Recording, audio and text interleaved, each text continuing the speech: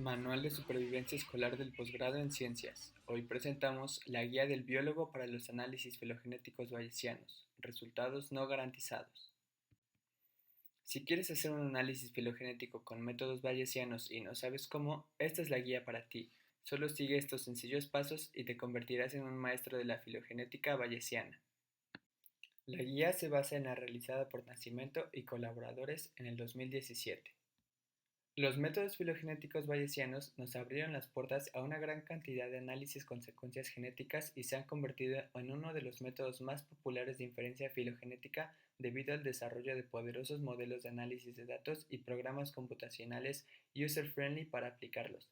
Sin embargo, pueden resultar complicados de entender y eso provoca que se utilicen los priors por default y se tengan resultados incorrectos, por lo que el objetivo de esta guía será repasar los conceptos básicos para realizar un análisis filogenético bayesiano y no morir en el intento. Así que empecemos. Lo primero que tenemos que entender es, ¿qué es el método bayesiano? Es una metodología de inferencia estadística en donde la evidencia o conocimientos previos se utilizan para inferir la probabilidad de que una hipótesis sea cierta.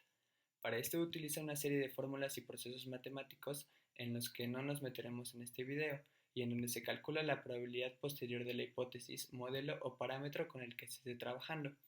Esta probabilidad posterior es la probabilidad de que la hipótesis sea la correcta dados los datos. En el caso específico de la inferencia filogenética queremos obtener la probabilidad del árbol dados los datos. Para realizar nuestro análisis necesitamos de datos, pero ¿qué tipo de datos podemos utilizar? El tipo de datos más utilizado en estos análisis son las secuencias de ADN y aminoácidos, aunque también se pueden utilizar datos morfológicos. Recuerda, para que tus datos funcionen y no falles en los siguientes pasos, las secuencias deben estar bien alineadas y deben ser ortólogas. Lo siguiente en nuestro proceso bayesiano será seleccionar un modelo de sustitución para nuestros datos y los parámetros de este modelo, así como la evitación de la sobre- y subparametrización. Para esto tenemos una gran cantidad de modelos, cada uno con características diferentes.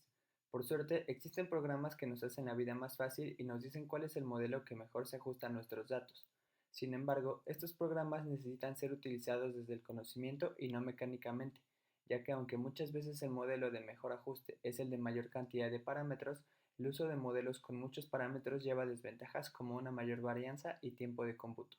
Por otro lado, modelos con muy pocos parámetros pueden provocar errores en la estimación de la filogenia.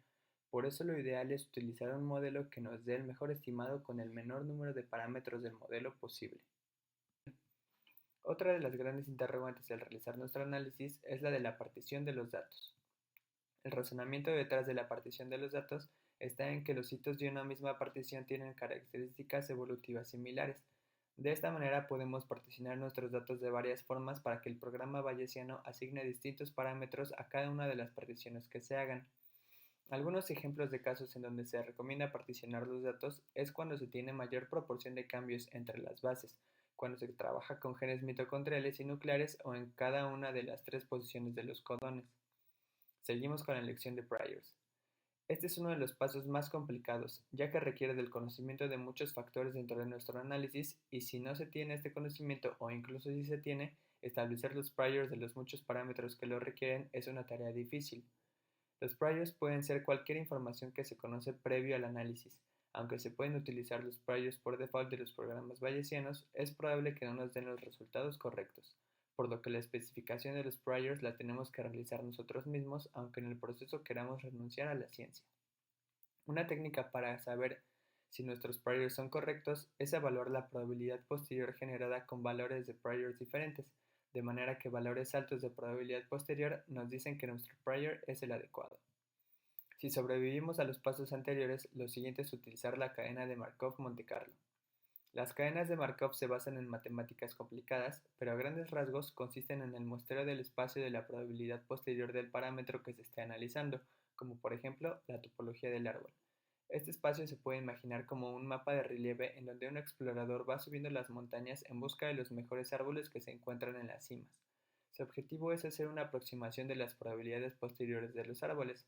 Las topologías son muestreadas en proporción directa de su probabilidad posterior, es decir, que las topologías con probabilidad posterior más alta aparecerán en mayor frecuencia en el universo de topologías.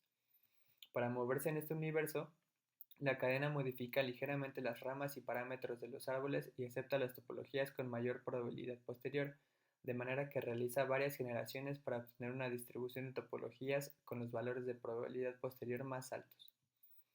Para evaluar nuestras cadenas necesitamos considerar la convergencia, el burn-in y el mezclado. Las cadenas de Markov pueden ser evaluadas en una trace plot con base en el tiempo de convergencia y en el mezclado. Se dice que una cadena converge cuando llega a muestrar en la región con una mayor probabilidad posterior. Es en este lugar en donde se busca que la cadena muestre durante la mayor parte del tiempo. El mezclado es la zona de mayor probabilidad posterior en donde la cadena muestrea. Para que la cadena converja, primero tiene que pasar por zonas en donde las topologías no son óptimas. Los valores y árboles que se muestran en estas zonas son desechados como burn-in. Si todo sale bien, así debería verse una cadena. Sin embargo, puede haber problemas de convergencia o de mezclado en las trace plots se vean así. También se recomienda correr distintas cadenas para verificar que haya consistencia entre ellas. Esto se puede verificar con un histograma. Seguimos con las cadenas, pero ahora con la sección de cantidad de generaciones y muestras. No hay una regla o un límite del número de generaciones que tiene que correr una cadena. Sin embargo, se recomienda correrla las generaciones suficientes para obtener una estimación confiable de la distribución posterior. Para esto, nosotros tenemos que especificar el número de generaciones. Otra decisión que debe tomarse es el muestreo, es decir, cada cuántas generaciones queremos que se tome una muestra de un árbol y que esa muestra se guarde en el archivo de salida. De esta manera, el archivo de salida no guarda una muestra cada generación y hace el proceso más eficiente. Ya para desencadenarnos de las cadenas, ¿por qué correr una cadena sin los datos?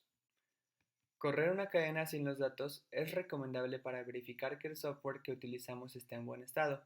También es muy útil cuando queremos saber si los datos que tenemos son informativos o no. Si los valores del prior, es decir, la cadena sin datos, son muy similares a los valores del análisis con los datos, quiere decir que nuestros datos no son informativos. Ahora sí, estamos listos para realizar nuestros análisis bayesianos de la mejor manera posible y sin morir en el intento. Recuerda que si entiendes los conceptos básicos, lo demás ya no es tan malo. De cualquier manera, este video no te garantiza resultados.